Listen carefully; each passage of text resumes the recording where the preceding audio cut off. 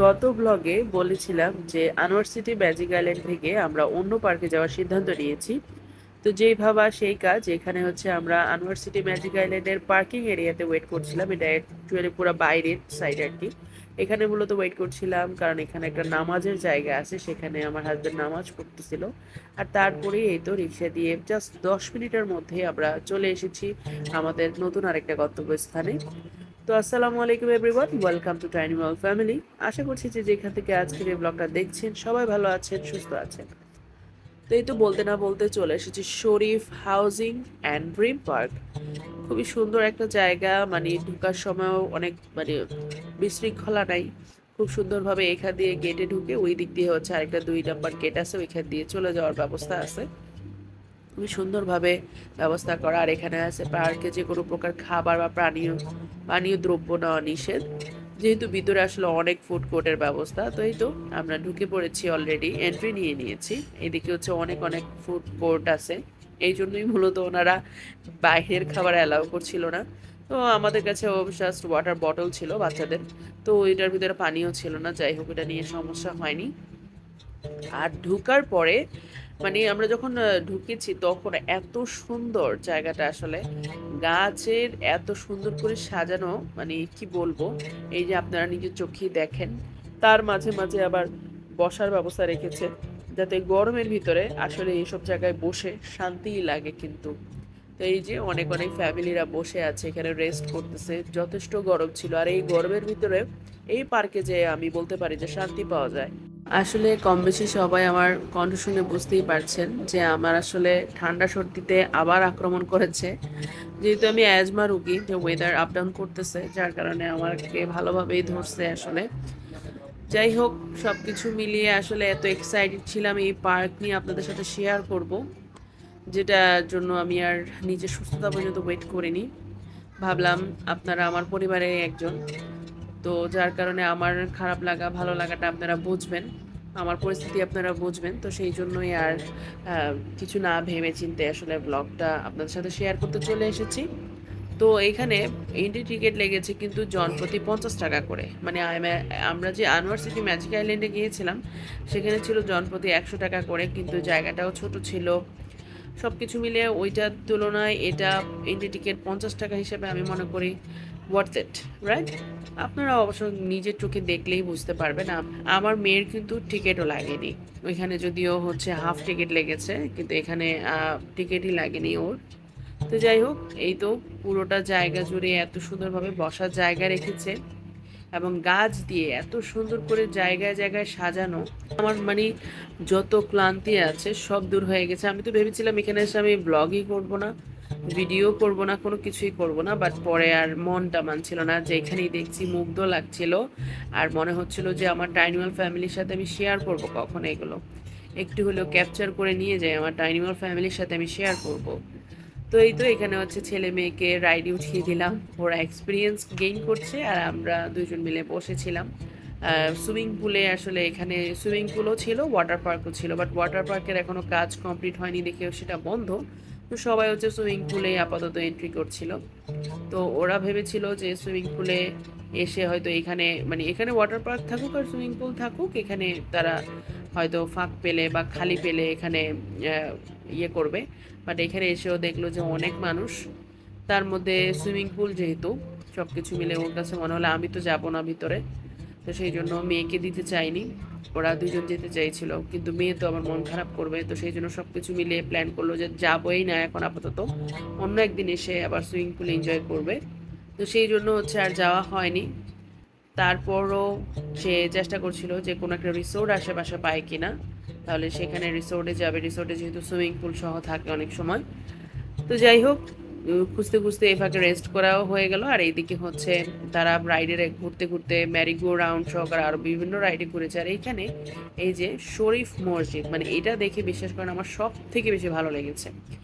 সবগুলা থেকে আমার কাছে এই জিনিসটাই বেশি ভালো লেগেছে যে এখানে একটা মসজিদ এত সুন্দর করে করেছে ওনারা। আছে না যে অনেক বড় পার্ক থেকে অনেক অনেক রাইডের ব্যবস্থা থাকে, বাট একটা ভালো মসজিদ নামাজ পড়ার স্থান থাকে না, যেহেতু এটা আমাদের মুসলমান কান্ট্রি, রাইট? তো সেইভাবে করে যেমন আগের পার্কে কিন্তু হচ্ছে ও বাইরে এসে একটা জায়গার ভিতরে নামাজ পড়া লেগেছে। জাস্ট ওইটাও একটা নামাজ জায়গা ছিল, জাস্ট এরকম। কিন্তু এইখানে পার্কের ভিতরে যে এত সুন্দর করে একটা মসজিদের ব্যবস্থা করেছে সেটা দেখে খুবই ভালো লেগেছে। আর এই তো আমরা ভেবেছিলাম এতটুকু পর্যন্তই হয়তো পার্কের মানে শেষ, এতটুকু পর্যন্তই হয়তো পার্কটা, আর নেই। পরে যখন এই যে এদিক থেকে বাম্পিং কার দেখে তারপর হচ্ছে আমরা সামনের দিকে এগোচ্ছিলাম যে বাচ্চাদেরকে আর কোন টিকেটে মানে কোন রাইডে উঠানো যায়, তখন দেখলাম যে এখানে আরো সামনে আরো অনেক অনেক রাইড আছে। এখানে মূলত ওর বাবা হচ্ছে 10টা রাইডের একটা প্যাকেজ নিয়ে নিয়েছিল, যার কারণে ওদের যেখানে যেখানে ভালো লাগছিল সেগুলোতে ওরা ওঠার সুযোগ পাচ্ছিল, যেখানে আর কি ওদের বয়সের সীমাবদ্ধতা মানে যতটুকু দেওয়া ছিল আর কি। তো এইভাবে করে ওদের মনে হলো যে ট্রেনে ঘুরে আসা হোক, তো সেভাবে তারা দুজন এখন ট্রেনে চলে যাচ্ছে।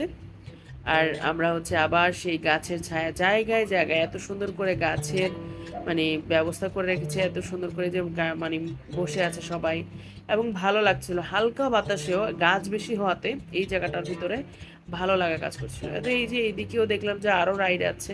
আমরা তো ভেবেছিলাম ট্রেন অবধি পর্যন্তই হয়তো কমপ্লিট, পরে দেখি যে না, এদিকে আরও রাইড আছে, আরও অনেক বড় জায়গা বাকি আছে এখনো। তো এই তো বাচ্চারা হচ্ছে ট্রেনে ঘুরছে আর এখানে আমরা হচ্ছে বসে বসে তাদের এনজয় করাটা দেখছি। আর ট্রাস্ট মি, আমরা দুইজনের বা চারজনের একজনও মনে করিনি ছবি তোলার কথা। আমাদের কারো মনে নেই ছবি তোলার কথা। মানে আছে না ম্যাজিক, আনোয়ার সিটি ম্যাজিক আইল্যান্ডে আমরা ছবি তুলেছি, বাট এখানে আসার পর যেখানে দেখছি আমি নিজেই অবাক হচ্ছি।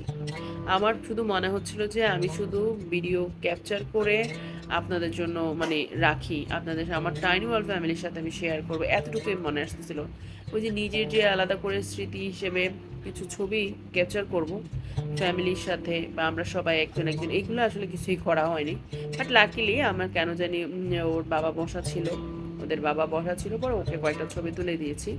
এছাড়া বাচ্চারা রাইড নিয়ে ব্যস্ত ছিল, তো যার কারণে দেখা গেছে যে ওদেরকেও আর ওইভাবে হাতে পাইনি ছবি তোলার জন্য। আর বিশেষ করে মনেই ছিল না, আমি যেদিকেই যাচ্ছিলাম আমার শুধু অবাকই লাগছিল জায়গাটা দেখে, যে এত সুন্দর করে সাজানো গোছানো, ভালোই লাগছিল অন্যরকম আসলে।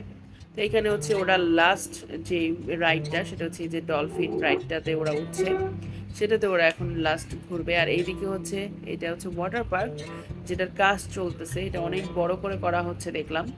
আর এইদিকেও আমি ভেবেছি যে হয়তো এবার শেষ, বাট না, তারপরও দেখলাম যে ওইদিকে আরো অনেক বড় জায়গা বাকি আছে।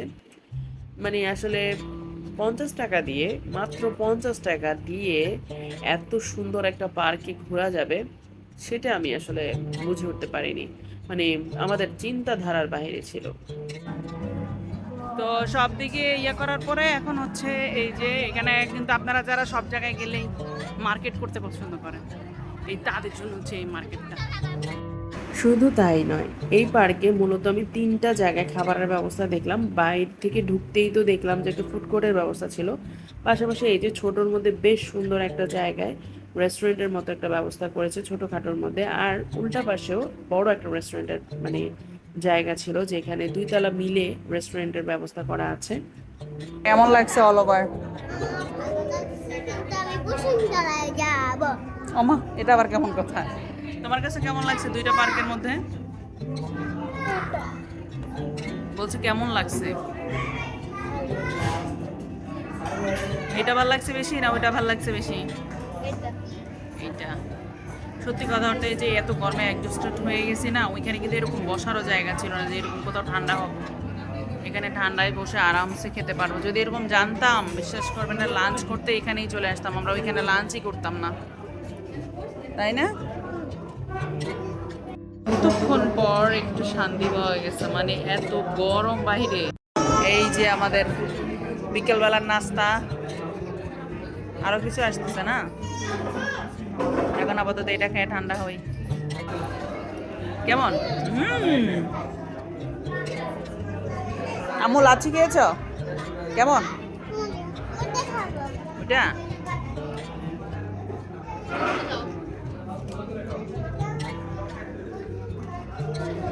আমি এটা বাসায় বানায় খাই, মজা। আম্মু এটা কিরকম? এই যে আমরা এখন চলে যাচ্ছি। ও সরে এসি থেকে বেরার পরে আরো গরম। তো ঠিক আছে, এখন আরো মানুষ বেড়ে গেছে, এতক্ষণ এত মানুষ ছিল না আসলে, এখন অনেক অনেক মানুষ। ঠিক আছে, তো সবাই ভালো থাকবেন, সুস্থ থাকবেন, আজকে এখানেই সবার সাথে বিদায় নিচ্ছি। এখন আমরা বাসায় চলে যাবো। দেখেন কত আম।